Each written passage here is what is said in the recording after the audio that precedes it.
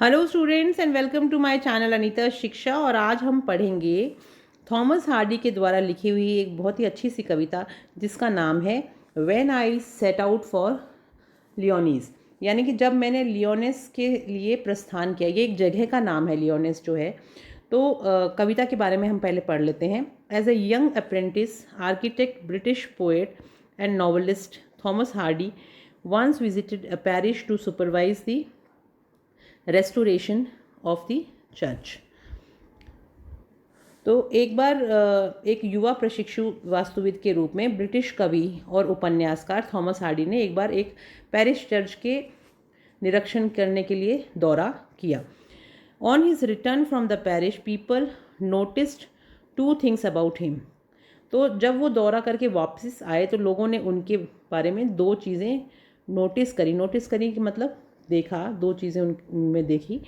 पहली, a new glow in his eyes and a crumpled piece of paper sticking out of his coat pocket.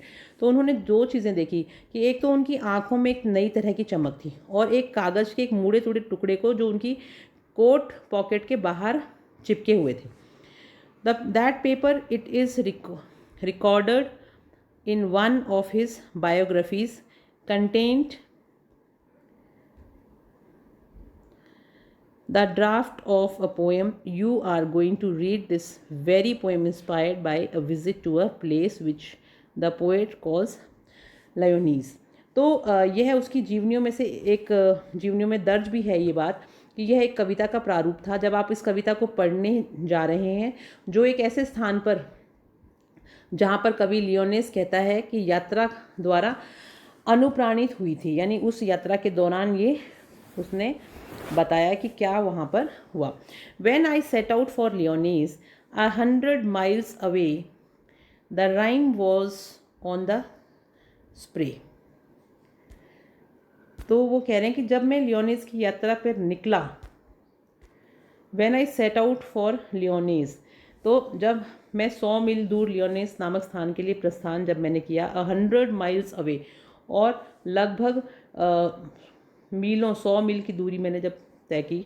The rime was on the spray and starlight it lit my lonesomeness. तो उन्होंने ये कहा कि जब मैं वहाँ पर प्रस्थान करा, उस जगह पर जब मैं गया, तब the rime was on the spray कि शाखाओं पर पाला जो था, जो बर्फ़ थी वो जमी हुई थी, जो पेड़ों के जो पत्ते थे उनके ऊपर बर्फ़ जमी थी और तारों की जो चांदनी में एकदम एकांत पथ को वो प्रकाशित कर रही थी। When I set out for लियोनेस 100 miles away, कब जब मैंने 100 मील की दूरी लियोनेस के लिए प्रस्थान किया तो मुझे किस तरह का नज़ारा देखने को मिला।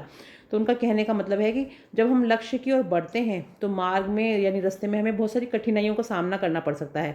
वो पाला भी हो सकता है, चांदनी रात भी हो सकती है, किसी भी तरह का हमें सामना उस जगह पे करना पड़ता है। The rime was on the spray, the starlight lit my lonesomeness. यानी कि उनका ये कहने का मतलब है कि जब वो वहाँ निकले तो उन्होंने देखा कि पत्तियों के ऊपर भी बर्फ़ जो है वो जमी हुई थी और तारे जो थे उनकी चांदनी में वो एकदम सुनसान रास्ता था। What would behance at Lyonese while I should sojourn there। तो sojourn का मतलब होता है रुकना और बिचांस का यानी घटित होने का संयोग। तो कवि को ये कहते हैं कि जब मैं वहाँ रुकूंगा तो लियोनेस में संयोगवश क्या घटेगा, यानी किस तरह की घटना घटेगी। यह तो पैगंबर घोषित करने का साहस नहीं कर पाया और ना ही सर्वाधिक बुद्धिमान जादूगर अनुमान लगा पाया कि क्या होगा। जब मैं वहाँ रुकूंगा तब लियोनेस में क्या घटना घटित होगी इसका कोई भी पता नहीं लगा सकता। What would be chance at Lyonnesse, यानी वहाँ पे क्या घटित होगा। While I should sojourn there, कि जब मैं वहाँ पर रुकूंगा उस समय। सो प्रॉफिट डस्ट डिक्लेयर, तो प्रॉफिट का मतलब होता है पैगंबर और डस्ट यानी साहस करना, डिक्लेयर्स यानी घोषणा करना। वाइजेस्ट विजर्ड गेस, तो वाइजेस्ट का मतलब होता है सबसे ज़्यादा बुद्धिमान जो विजर्ड यानी जादूगर भी इस चीज़ का अनुमान यानी गेस यानी अनुमान नहीं लगा सकता कि क्या घटित होने वाला है, आगे क्या बात होगी। तो जब मैं वहाँ रुकूंगा तो वहाँ पे क्या घटना घटेगी इसका तो कोई जादूगर भी नहीं पता लगा सकता कि क्या होगा। तो पूरा देखा जाए तो भावार्थ ये है इस अनुच्छेद का कि जब हम किसी यात्रा पर निकल जाते हैं तो हमें सिर्फ अपना कर्म करना चाहिए, फल के बारे में तो बिल्कुल सोचना ही नहीं चाहिए कि आखिर वहाँ पर होगा क्या। तो इस पैराग्राफ में हमने देखा कि जब वो यात्रा पर निकल गया तो पहले वाले पैराग्राफ में हमने क्या पढ़ा था कि हमें ये नहीं पता होगा कि कैसा हमारे को रास्ता मिलेगा, कितनी दूर हमें चलना पड़ेगा जब हम जिस स्थान के लिए हम निकले हैं, और किस तरह का वहाँ पे माहौल होगा। दूसरे पैराग्राफ में इसमें हमने क्या पढ़ा कि जब हम यात्रा पर निकल चुके तो हमें ये नहीं सोचना चाहिए कि उसका क्या रिज़ल्ट होगा, बस हमें अपनी यात्रा शुरू कर देनी चाहिए और उस पर चलते रहना चाहिए। When I returned from Lyonesse with magic in my eyes, all marked with mute surmise, my radiance rare and fathomless when I returned from Lyonesse with magic in my eyes। अब रिटर्न का मतलब वापस आना, यानी जब मैं यात्रा से वापस आया तो मैजिक का मतलब होता है जादू, और म्यूट का मतलब होता है मूक हो जाना, सरमाइज का मतलब अनुमान लगाना, रेडियंस यानी चमक, और रेयर यानी दुर्लभ। फैथमलेस मतलब क्या होता है, फैदमलेस FATHOMLESS, फैदमलेस मैंने पहले गलत प्रोनाउंस कर दिया था, उसका मतलब होता है अमापनीय, जिसका हम माप नहीं कर सकते, जिसको तोल नहीं सकते, जिसका कोई अनुमान नहीं लगा पा रहे।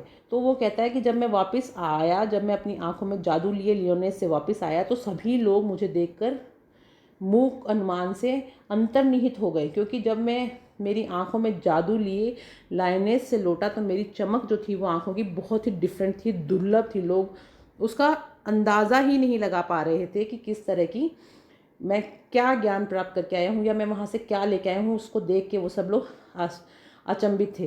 तो भावार्थ ये है कि लक्ष्य जब हम प्राप्त कर देते हैं तो सभी दृष्टि से परिमार्जित कर देते हैं, क्योंकि इसमें खट्टे मीठे सभी तरह के अनुभव होते हैं। और जब वहाँ से जब लेखक जो कवि है जब वो वापस आया तो सब लोग उसको देखकर आश्चर्यचकित थे कि वो इतने बढ़िया अनुभव के साथ वहाँ से वापस लौटा है। तो इस तरह से ये जो कविता है ये थॉमस हार्डी की यहाँ पे ख़त्म होती है। इसके नेक्स्ट जो वीडियो है उसमें मैं इसके क्वेश्चन आंसर्स आपके लिए लेके आऊँगी। तो मुख्य जो तीन चीज़ें इसमें पैराग्राफ हैं, तीनों पैराग्राफ में अलग अलग चीज़ें जो हमें समझनी है वो ये हैं कि जो पहला जो पैराग्राफ है इसमें ये बताया है कि जब वो यात्रा पे जाता है लेखक कवि, तो उसको ये नहीं पता होता कि इस मार्ग पर कैसा मुझे रास्ता ये मिलेगा। यानी हम अगर किसी लक्ष्य की ओर बढ़ते हैं तो रास्ते में हमें बहुत सारी कठिनाइयों का सामना करना पड़ता है, उनके लिए हमें प्रिपेयर रहना चाहिए, तैयार रहना चाहिए। उसके बाद में ये जो सेकंड पैराग्राफ है ये वाला, इस पैराग्राफ में हम देखते हैं कि अब यात्रा पे तो वो निकल चुका, लेकिन उसका अंजाम जो है उसके लिए वो तैयार था। उसको बस ये सोचा उसने कि मुझे तो खाली कर्म करना है और मुझे फल के बारे में नहीं सोचना। पहले वो यात्रा पे निकला, उसको अनुमान था कि जो कठिनाइयाँ आएंगी मैं उनका सामना करूँगा। इसमें पैराग्राफ में सेकंड में उसने ये सोचा कि मुझे सिर्फ अपना कर्म करना है, यानी जाना है, निकलना है यात्रा पे और देखना है कि आगे क्या होता है, फल की चिंता नहीं करनी है। और जो लास्ट पैराग्राफ है कि जब वो वहाँ से वापस आता है तो लोग उसकी आंखों में चमक देख के आश्चर्यचकित हो जाते हैं। तो यानी जब वो लक्ष्य की प्राप्ति करके वापस आता है तो सब उसको देखते ही रह जाते हैं और उसकी ज़िंदगी, उसके जो खट्टे मीठे अनुभव होते हैं वो उसके साथ में होते हैं। तो इससे हम एक सीख ले सकते हैं कविता से कि हमें कभी भी कोई भी काम पे अगर हम निकलते हैं तो हमें उसके फल की चिंता बिल्कुल भी नहीं करनी चाहिए और प्रिपेयर्ड रहना चाहिए कि रास्ते में कठिनाइयाँ आएंगी, मुकाबला उसका हमें करना है, डटे रहना है। और अगर हम ऐसा करते हैं तो अंत में हम सफलता प्राप्त करके ही लौटेंगे और उस सफलता को देख के लोग जो हैं वो हमें देखते ही रह जाएंगे, क्योंकि हमारी आंखों में एक अलग तरह की चमक देखने को मिलेगी। तो आई होप आपको ये पोएम अच्छे से समझ में आ गई होगी, when I set out for लायोनीज।